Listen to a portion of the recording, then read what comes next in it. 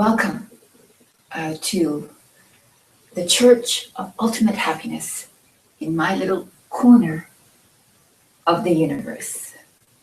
My name is Ava, and this is our little church where there are no doctrines except those that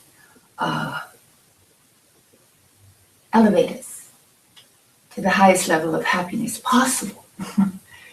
And we've been doing a series on meditation because meditation is a tremendous tool to open up your spiritual being, that which you truly are, the spirit that you truly are.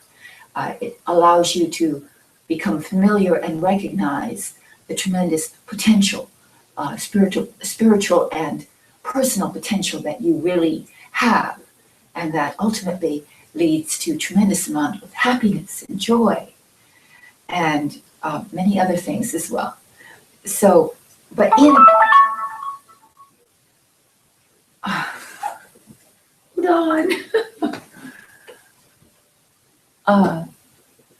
Nothing too relevant, thankfully. I forgot I had my phone right there, and I apologize for that. But what I thought, I was going to teach you, or we were going to throw some of the practices, some of the procedures in front of us so that we could peruse and examine them and talk a little bit about them. But then I thought to myself, no. I thought a better approach would be this. We need to clear a number of things up before we proceed to something like procedure. And that's the reason that we're doing this, the reason that we're ultimately learning to meditate in the first place. Kitty cat. There's a cat in our church called Scooter. It's cute. So, let's begin. Meditation practice for devotees of God. That would be you and I, because when we are meditating, that is the highest purpose of meditation. It's ultimately what meditation is about, which is why I wanted to draw our attention to it right away. For superior results, be more focused and intentional in your spiritual practices. Maintain a balance between inner work and outer activities with your spiritual practices as the foundation on which other actions are based. Anyone who is sincerely interested in spiritual growth can set aside at least an hour a day for contemplative meditation practice. Don't let the excuse of "I'm too busy" to prevent you from choosing to make spiritual growth first in order of priorities in your daily schedule. Now, I think that's a tremendously important thing, is that you devote at least an hour of your day to pursuing spiritual ideas, thoughts, or just your meditative practices. That is your meditation itself. And if you do that, you'll find tremendous changes taking place in your life, besides the institution of that time period into your life. That will have an effect, a ripple effect out into the rest of your life. Review your activity schedule, retaining those duties and responsibilities which are of importance and value, and eliminating those which are not essential. Decide how much time and energy to use for self-improvement studies and spiritual practices.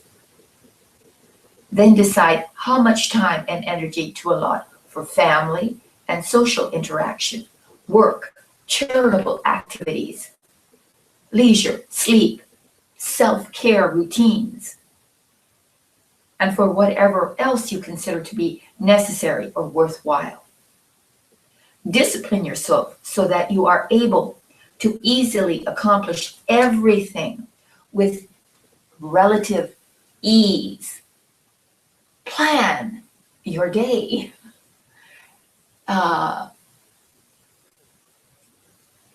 Compartmentalize, put in order the things that you need to do, he's saying. Let all you do be intentional and act so that the outcomes of actions are entirely constructive. So don't piddle away your time.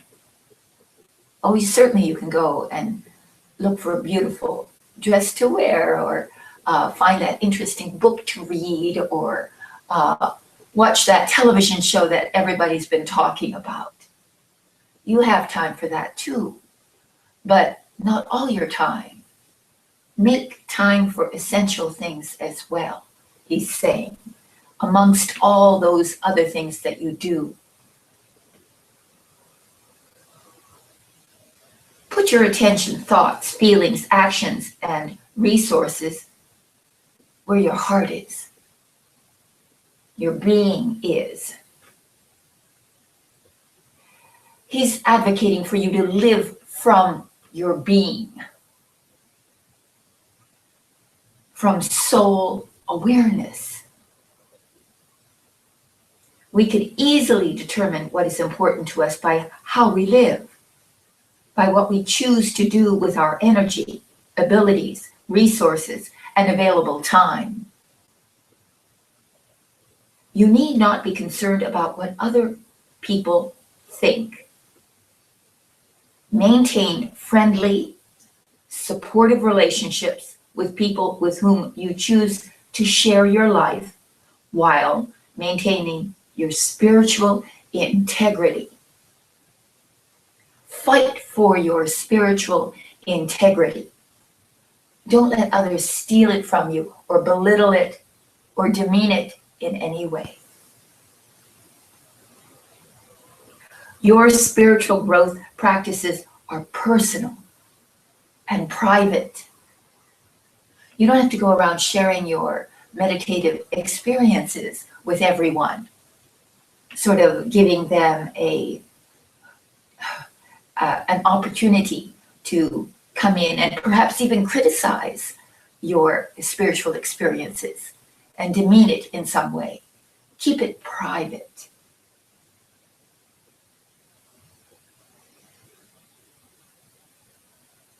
So yes, set aside a special place for spiritual practices, for the intentional devotion to truth. Not only will your special place ensure privacy and be a constant reminder of why you are there, it will become highly charged with refined energy as the result of your regular prayer and meditation experiences, as is my little corner here at the Church of Ultimate Happiness. We are condensing energy into this spot on the earth. As you can in your own home, choose an arbitrary spot that's quiet and that you can be private in for your practices.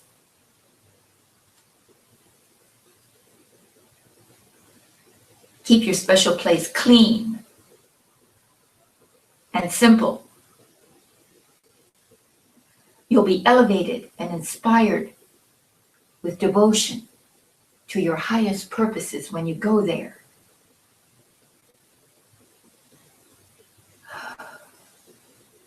Have it be somewhat comfortable. You can have an altar if you'd like, or any other item that has spiritual significance for you. And whenever you go there, enter with a very respectful attitude, and immediately feel more open to the infinite. Go there with that attitude into your private, meditative, spiritual space. Create one now, today, in your home.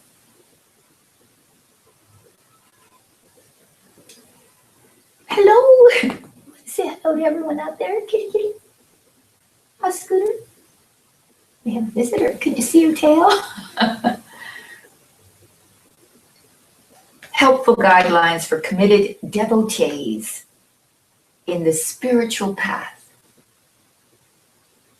or on the spiritual path. Acquire as much useful information about the spiritual path as possible. Turn to valid sources of knowledge. Spiritually aware teachers and books written by people who have understanding. Learn about the nature of consciousness, God, and the universe. Use your intelligence and your common sense to determine what is true and discard what is not. Don't be afraid to reject what you don't resonate with. Avoid useless philosophical discussions with friends that go nowhere.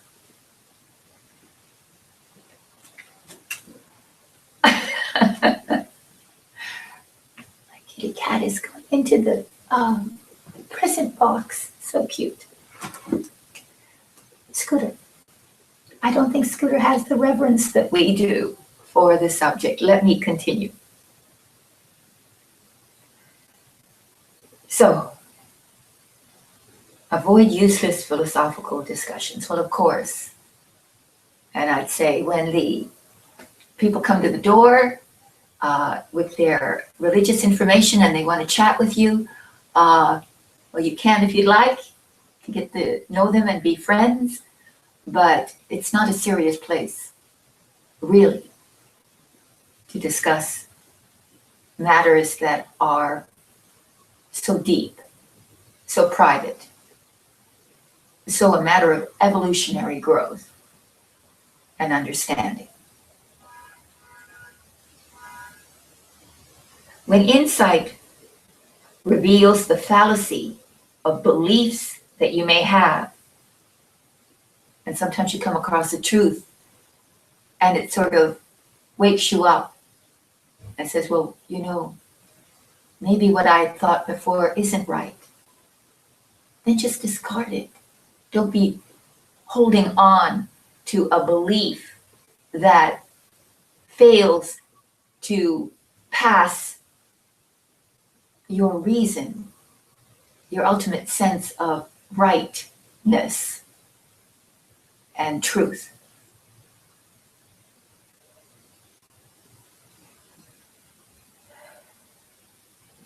Read a little. Contemplate what you have learned until you understand it. I advocate reading slowly, difficult spiritual literature. Read it slowly, absorb it, read it again and again until you truly, truly understand it. Don't speed read spiritual or deep philosophical information. Meditate more and apply what you know in practical ways. In the beginning, some philosophical explanations of higher realities may not be fully comprehended. But as you grow spiritually, your innate knowledge will unfold and you will eventually understand everything. So don't be daunted by, say, something you're reading that you really can't comprehend right away. Make the effort to reread it and let it sit in you for a while.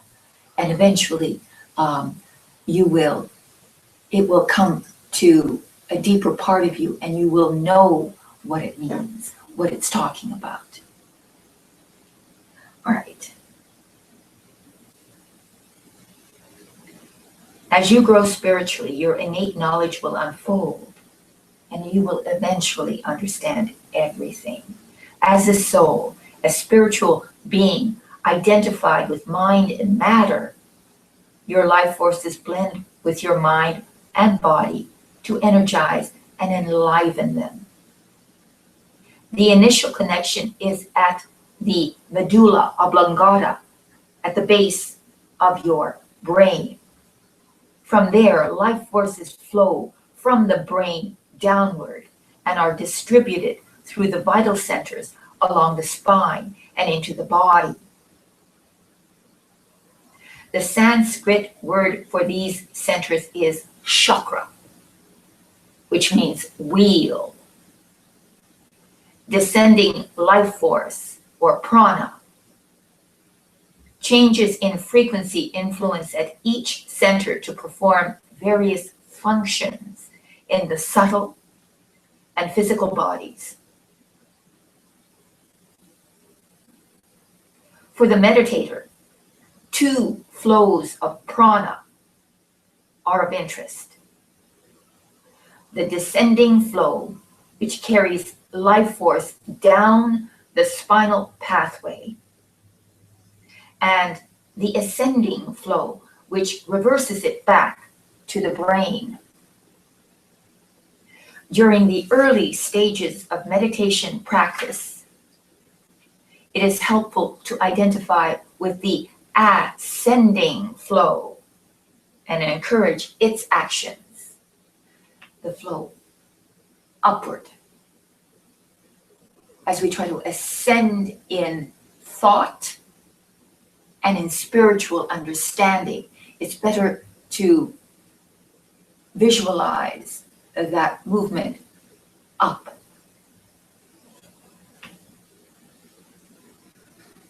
This will induce life forces which are not needed to maintain ordinary biological function to be withdrawn to the spiritual pathway and directed upwards to the brain. This action effectively withdraws attention from environmental conditions and sensory perceptions. Eliminating these as possible causes distraction. 3 distinct flows of prana occur along the spinal pathway. The flow along the left side is referred to as the moon current. Its influence on mind and body is cooling and quieting. The flow along the right side is referred to as the sun current. Its influence on mind and body is heating and stimulating.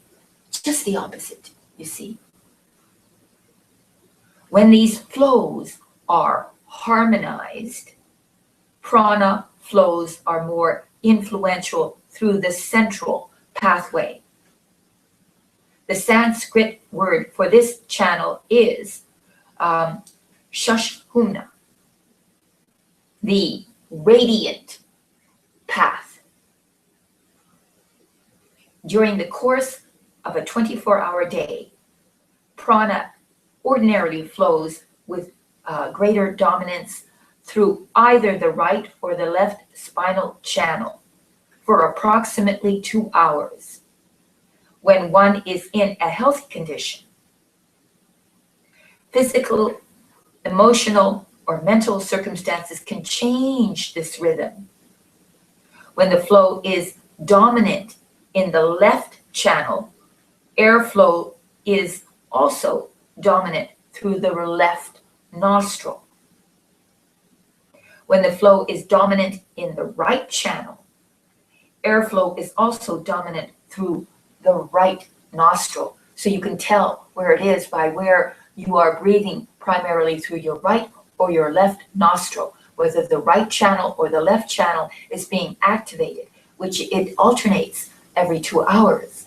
It's very interesting. You can do a little diagnostic on yourself as well.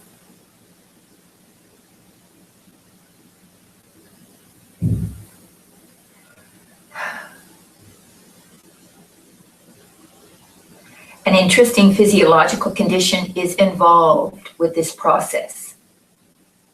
The nasal passages have erectile tissue. When the current is moving in the left channel, the flow of air is dominant through the left nostril because the right nostril is partially blocked by swollen tissues of the nasal pathway. You see. The opposite situation occurs when the current is moving through the right channel. The right nostril airflow is dominant because the left nasal pathway is partially blocked by swollen tissue. That's what it's meant by erectile.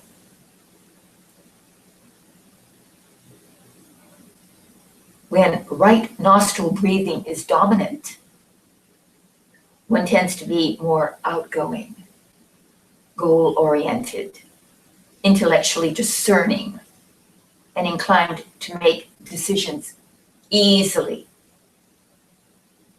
When left nostril breathing is dominant, one tends to be more introverted, imaginative, passive, and inclined to indecision and fantasy. With right nostril dominance, the left hemisphere of the brain is dominant. You see? So just the opposite. When prana currents flow evenly through both channels along the spine, air flows evenly through both nostrils, contributing to coherent interaction between the left and right hemisphere of the brain. This is a very useful condition in meditation practice, which is why we have left and right nostril breathing exercises in yoga, where you cut off one and then the other, and you try to stimulate airflow through one side of the nose and then through the other in order to open up those channels, to open up both the left and the right hemisphere of your brain, so that you can be a balanced male, female, hermaphroditic being, which we all are. If one enters immediately into meditation, prana flows respond and tend to become harmonized regardless of their actions prior to sitting for meditation. But if one is restless or too passive when first sitting in meditation, prana flows can be balanced with a corresponding balancing effect on body and mind. By practice of the basic pranayama breathing technique used to directly influence them, which is a breathing technique I have on my yoga site, actually. I could share with you later. In this instance, the approach is to practice alternate nostril breathing 8 or 10 times. I have it animated. I have a breathing practice animated on my website, and I could give you a link to that, and I will when I post this.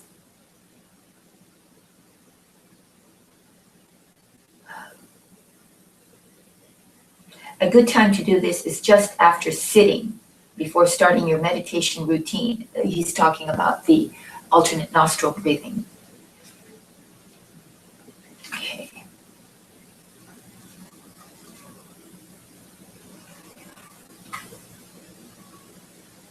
So, I want you to, I don't want to go on too long, actually. I don't want these videos to be too long, because I want your attention, really, to be focused on what is truly meaningful. So I'll try to keep it as brief as possible. Though, of course, for me, that tends to be very difficult. But I think that the next section ought to be at least somewhat included in what we've learned so far.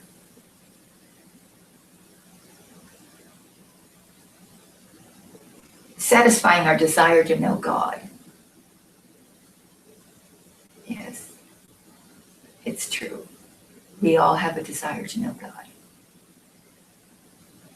Our often obsessive quest for a meaningful existence and personal fulfillment, when honestly examined, can be seen for what it truly is, which is a misdirected, though perhaps sincere, endeavor to satisfy the desire for the heart to know God.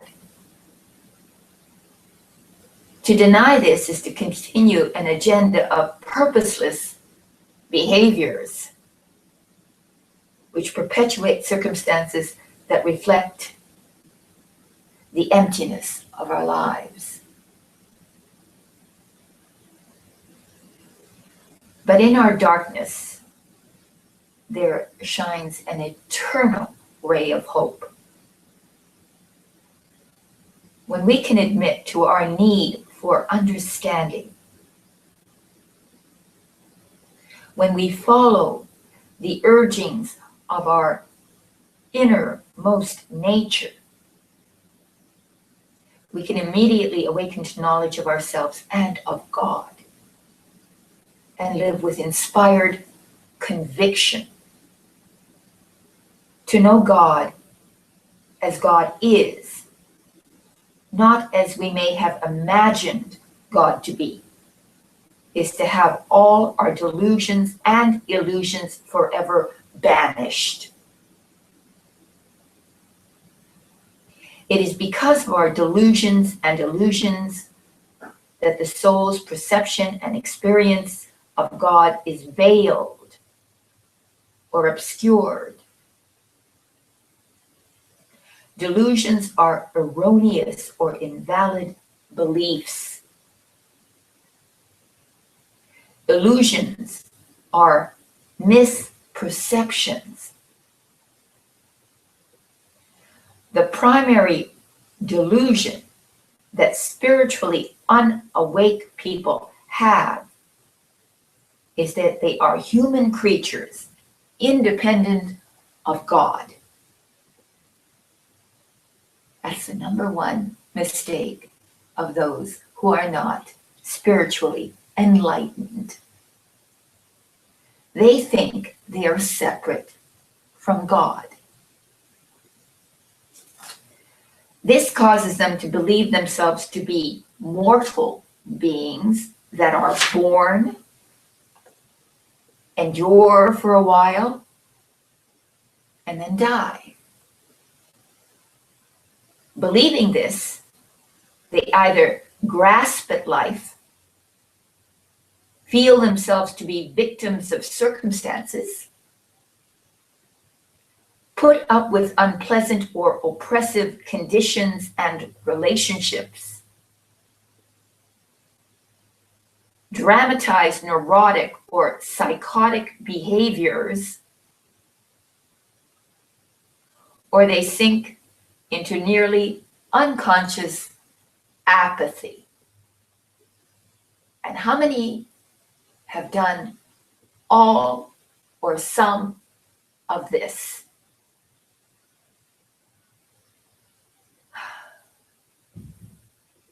To understand the cause of the primary delusions that blinds souls to the truth, we have to have some understanding of God and the whole creation process. Thankfully, this information is available because many enlightened people have shared it with us through the ages. We don't have to believe what they say. We can examine the facts for ourselves and awaken to our own realization. And this is precisely what we're supposed to do. For if we do not become knowers of what is true, we will have to be content with being believers only. And belief by itself does not satisfy the heart's desire to know the truth. And that's so true. Belief is not enough. To say you believe in God, well, that's nice. But believers in God do many horrendous things to each other and to themselves.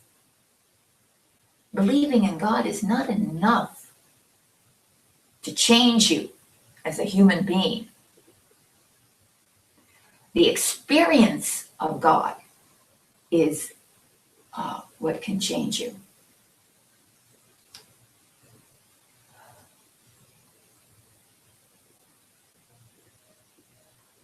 The creation process, emergence of the worlds, and the origin of souls.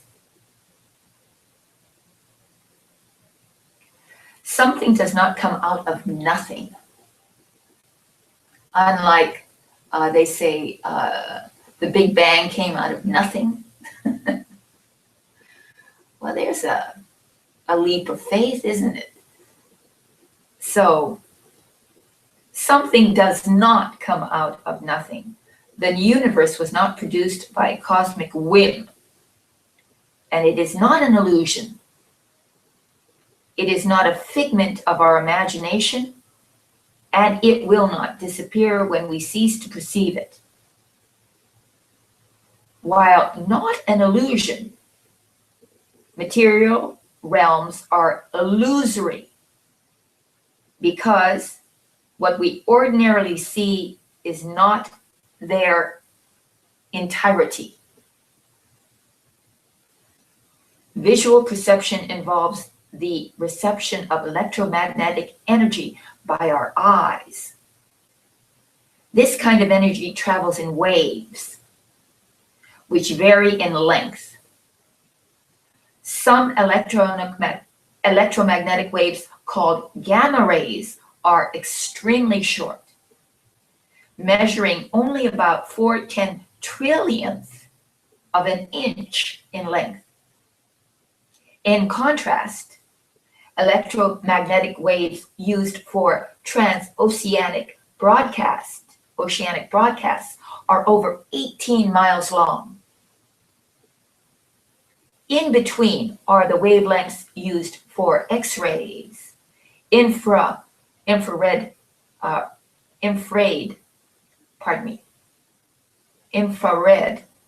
is what it means, infrared radiation, shortwave, and regular broadcast signals as well. The wavelengths of our eyes make up what is called the visible spectrum, which may include only about 1/billionth of the existing electromagnetic field. So we only see 1/billionth of the possible electromagnetic band widths in the universe. Receptors in the eyes are sensitive to the visible spectrum wavelengths. Sensation results when this energy is received by the eye and transmitted to the brain. The eye receptors, called rods and cones, convert energy into nerve impulses and send it to the brain to make them meaningful. This is called visual perception. Learning to clearly see what is before us is of value in assessing information and relating realistically to the world, and it's also a useful spiritual exercise.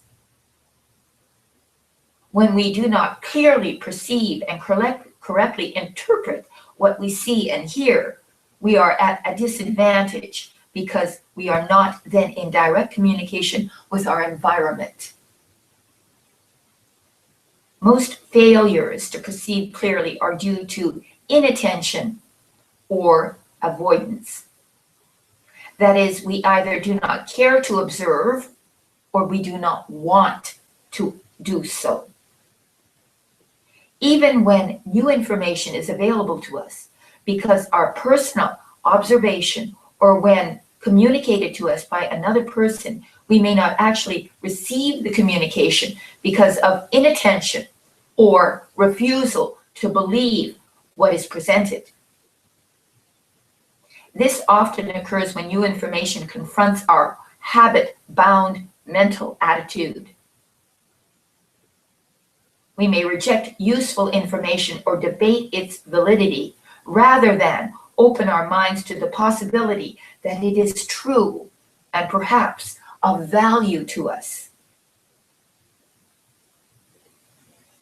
According to Sears, various enlightened traditions, the universe is an interaction of cosmic forces with origins in the field of primal nature, which has origins in the single manifesting field of supreme consciousness we call God.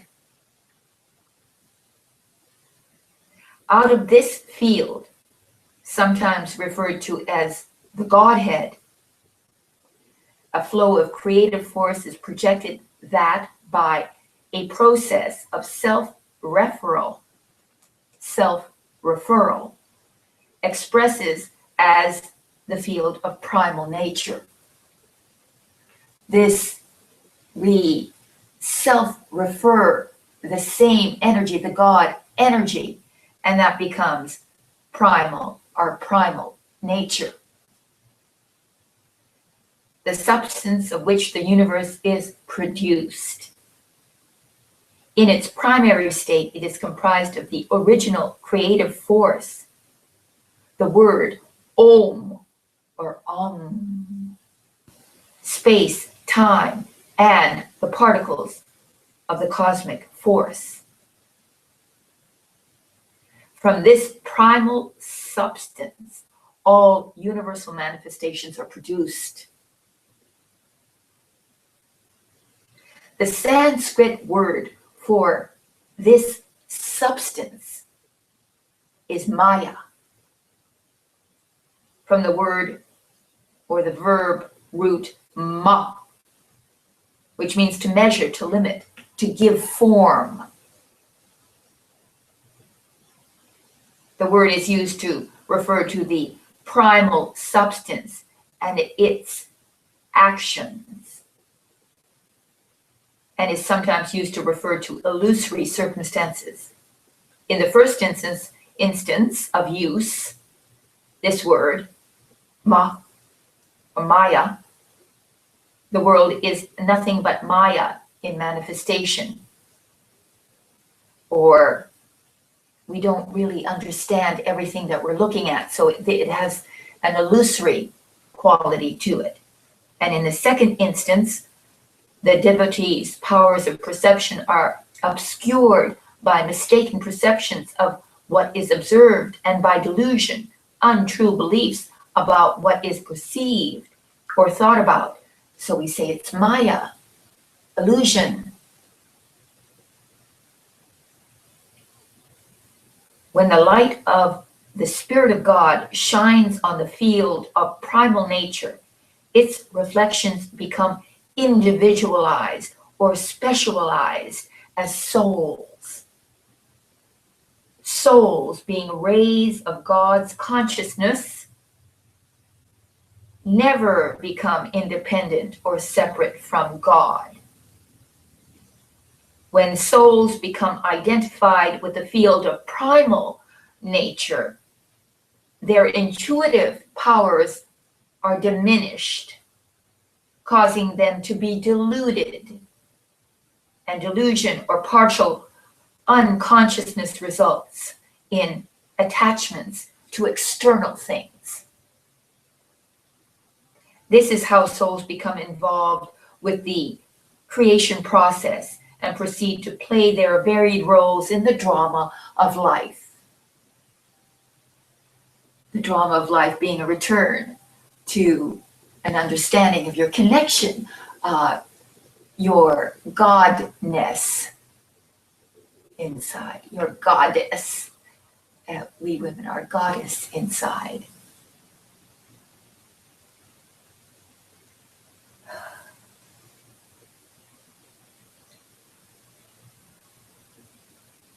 We need only to contemplate the matter and awaken to the realization of it. Any seeming sense of becoming united with God as a result of intentional spiritual endeavors or grace is the result our former erroneous sense of separation, which never actually existed. So any feeling that you've reunionized with God, he's saying, is only because there was only an illusion or a delusion in you that you were separate in the first place. You were never separate from God. Never. Impossible. It's impossible.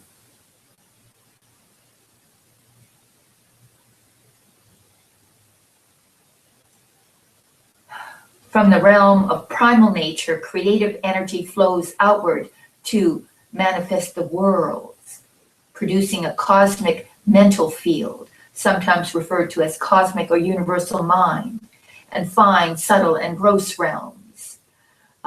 There's even a chart called the cosmic manifestation and the involvement of the souls, and we can peruse that later. But now, multiplied trillions of souls become involved with the world's manifestation process at various levels. There is no need to feel ashamed about being embodied or to feel that original involvement with matter was due to intentional willfulness. We become involved because of participating in the process of cosmic manifestation. This is not a descent into hell, being alive. That's hardly what it is at all.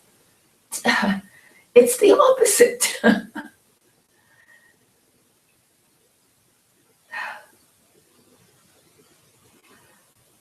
We become involved because of participating in the process of cosmic manifestation. However, we do have a choice in the matter of whether we blindly identify with mind and matter or whether we awaken to superconscious levels and self-realization.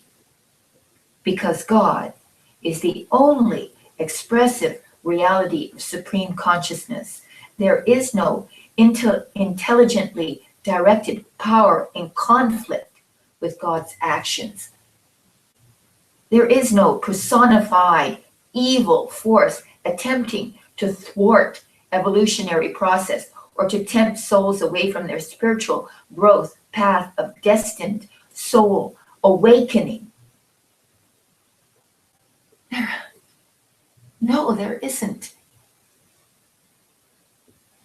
A committed devotee of God should have no delusions about satanic influences because there are none.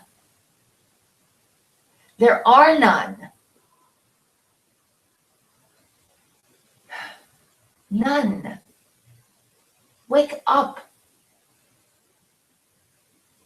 They're in you. Those satanic forces are all made by you. Your illusions.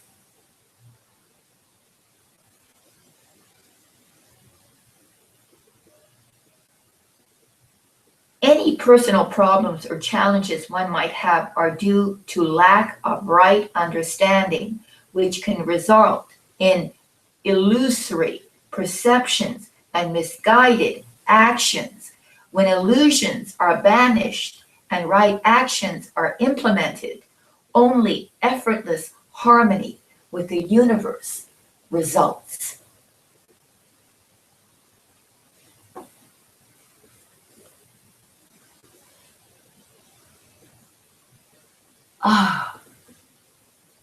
No truer words.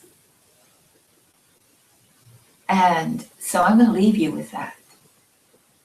If you want, and I would recommend you listen to this a couple of times, if not more, so that you follow along and understand each of these concepts, because so much that has been said this evening, which is Christmas Day Eve, I think are worthwhile for you to meditate on.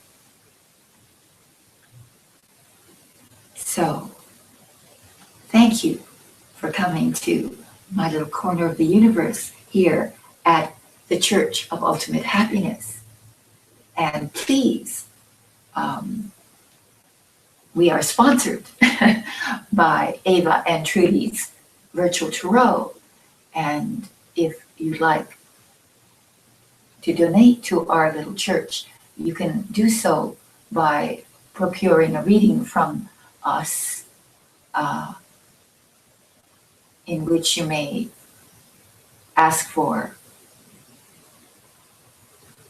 personal counsel on your spiritual path, and I'll help you.